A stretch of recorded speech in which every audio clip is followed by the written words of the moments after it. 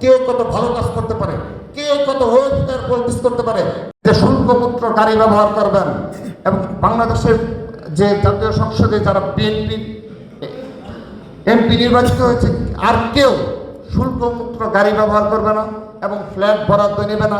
এই বিষয়গুলো তিনি নিয়ে কোনো ক্রেডিট বাজে করেন না, কিন্তু তা করে দেখিয়েছেন তিনি। বিএনপি কোথায় নয় কাজে বিশ্বাসী, সেগুলো তিনি করে দেখাচ্ছেন। শুধু তাই নয়, এই যে এতদিন যারা ইসলাম ধর্ম যাবে যাবে বলে আল্লাহর তরফ থেকে নাকি একটা প্রতীক এসেছে, নানা ব্যস্তের টিকিট নানাটি শুনেছি। এবং কি আমরা কি দেখলাম? আমরা দেখলাম ক্ষমতা লাভের আল্লাহর রহমতে প্রথম দিন তিনি জাতির উদ্দেশ্যে ভাষণ দিয়েছেন, তার উপরে তিনি তার পিতার ছবি টানাননি, তিনি টানিয়েছেন লা ইলাহা ইল্লাল্লাহু মুহাম্মাদুর রাসূলুল্লাহ। কিন্তু তিনি এটি বলে নির্বাচনী প্রচারণায় ক্রেডিটবাজি করেননি, সাধারণ ধর্মকে বিক্রি করেননি তিনি, কিন্তু তিনি এটি হৃদয়ে লালন করেন। জিয়া পরিবার এজন্য এই বাংলাদেশের এত আস্থা প্রতীক, তারা এগুলো হৃদয়ে লালন করেন এবং কর্মক্ষেত্রে এবং তাদের যখন সুযোগ আসে, যখন শহীদ রাষ্ট্রপতি জিয়া রহমান সুযোগ পেয়েছে, দেশ নেত্রী বেগম খালেদা জিয়া সুযোগ পেয়েছে, তখন তারা ইসলামের পক্ষে সর্বোচ্চ ভূমিকা পালন করেছে। জনাব তারেক রহমানও সেই ধারাবাহিকতা অব্যাহত রাখছেন। তাদের তো প্রধান কাজ কি? তাদের প্রধান কাজ হলো আপনার সেই কেন্দ্রীয় ছাত্র সংসদে এবং হল সংসদে যারা নির্বাচিত হয়েছে, আপনারা তো অনেক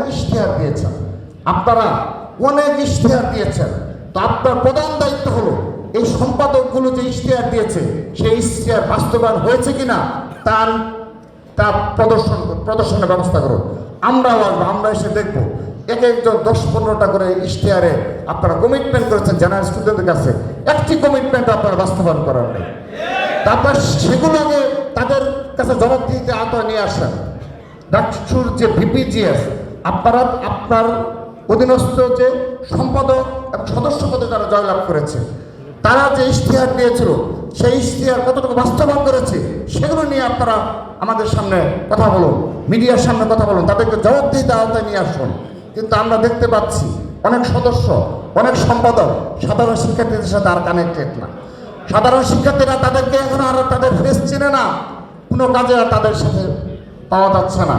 শুধু তাই নয়, হল সংসদে যে প্রক্রিয়ায় নির্বাচিত হয়ে থাকুন না কেন, হলের বিপিজিএস পর্যায়ে অনেক রয়েছে যাদেরকে জেনারেল স্টুডেন্টরা স্টিল না সেই হলের শিক্ষার্থীরা চেনে না। আর আপনারা যে কমিটমেন্ট করেছেন সেই কমিটমেন্টগুলো কোথায় গেল? কোথায় কোনো হলের তো সেই পরিবর্তন আমরা লক্ষ্য করছি না। আমরা তো খোঁজ রাখছি। তো আমি অনুরোধ জানাবো 5টি ছাত্র সংসদ নির্বাচনে যারা যে প্রক্রিয়ায় জয়ী হন না কেন, আপনারা দয়া করে এই হল সংসদের নেতৃবৃন্দ এবং এই সম্পাদক সদস্য সহ তাদের যে ইশতেহার ছিল, কমিটমেন্ট ছিল, সেই কমিটমেন্টগুলো কতটুকু বাস্তবায়ন হয়েছে আপনারা তাদেরকে জবাবদিহিতার আওতায় নিয়ে আসুন।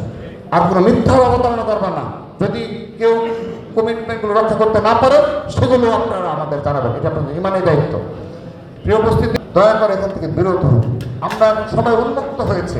ত্রয়োদশ জাতীয় সংসদ নির্বাচন আমাদেরকে দেখিয়েছে কারা এই ইসলামী ছাত্র শিবিরের এ টিম, কারা বি টিম, কারা সি টিম। এটা আমাদের সামনে আপনারা সুন্দরভাবে একটা জাতীয় সংসদ নির্বাচনের কারণে আপনাদের মুখোশ উন্মোচিত হয়েছে। দয়া করে এইসব খেলা বন্ধ করুন। আর আমি বিশেষভাবে আমাদের স্বরাষ্ট্রমন্ত্রী সালাউদ্দিন আহমেদ ভাইকে ধন্যবাদ জানাচ্ছি। তিনি প্রথম দিনে বলিষ্ঠ কণ্ঠে বলেছেন এই বাংলাদেশে আর কোনো মব কালচার থাকবে না, চলতে দেওয়া হবে না। এটি সরকারের প্রধান দায়িত্ব। অনেক করেছেন, একটা মব কালচার নির্ভর একটা সরকার ছিল এতদিন। আর বাংলাদেশের জনগণ এই মব কালচার দেখতে চায় না। কোনো মব কালচার যেন না থাকে আপনাদেরকে বিনীত অনুরোধ করছি। আসুন এগুলো সব ভুলে যাই, এই মব কালচার থেকে বিরত থাকুন। সোশ্যাল মিডিয়ার অব্যাহত প্রপাগান্ডা, নোংরামি, চরিত্র হরণ করা থেকে বিরত থাকুন। তাদের কাঁধ মিলে আমরা নতুন বাংলাদেশ বিনির্মাণ করে নতুন ধারার ছাত্র রাজনীতি কম্পিটিশন করবো, কে কত ভালো কাজ করতে পারে, কে কত ওয়েলফেয়ার পলিটিক্স করতে পারে। ইনশাআল্লাহ আগামীতে ছাত্রদল সেই প্রতিযোগিতা করবে।